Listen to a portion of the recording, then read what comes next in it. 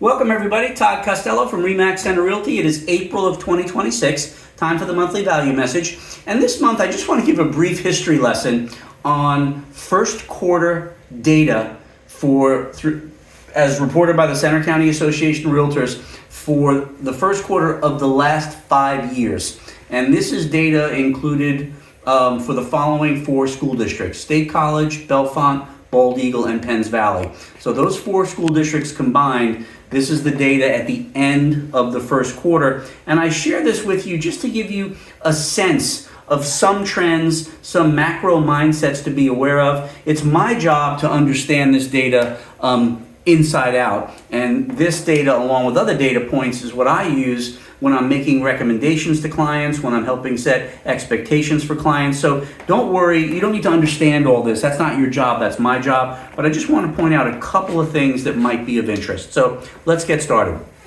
All right, we've got the total number of active listings at the end of the first quarter for the last 5 years. We've got the total number of pending listings at the end of the first quarter. We've got the demand rate at the end of the first quarter and the total number of closed residential transactions at the end of the first quarter, and what was the approximate interest rate at that period, the end of the first quarter.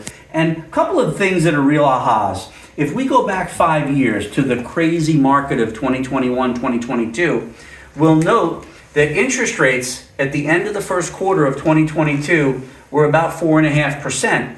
And that corresponded to a demand rate of 265%.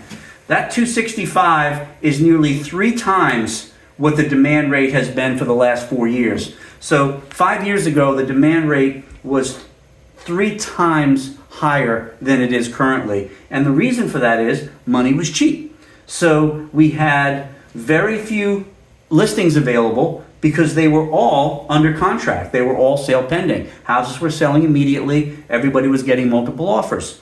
And then we see how dramatic the interest rates affect the market, because 1 year later, interest rates started going up. 1 year later, they were nearly 40% higher, and the demand rate dropped by 2/3, and the inventory nearly doubled.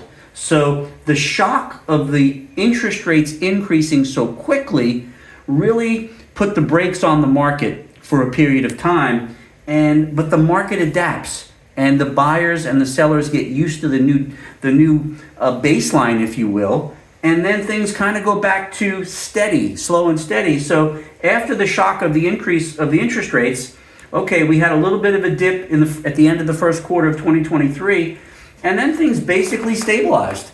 The demand rate stabilized between 80 and 95%. We've got a current demand rate currently today of 80% for those 4 school districts, which is not unhealthy for this time of year.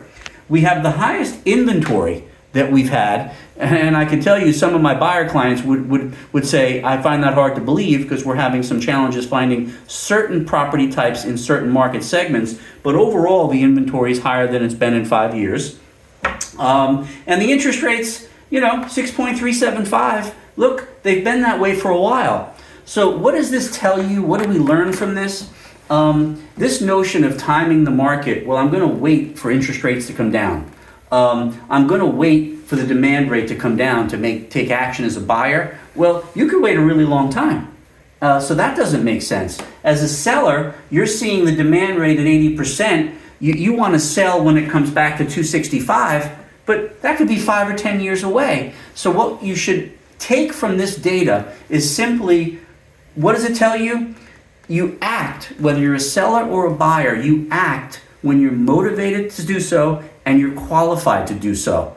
Because the period that you're going to hold the house, whether you're going to live in for 5 years or 10 years, that is the most important factor in the money equation. But act when you're qualified and motivated. That's the main thing that clients should understand. You're not going to be able to time the market. So there's just a brief taste of the first quarter data for the last 5 years.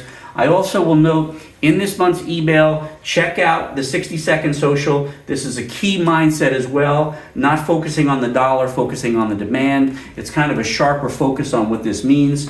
And then if you have any other questions, feel free to check me out at toddcostello.com, and I will see you next month.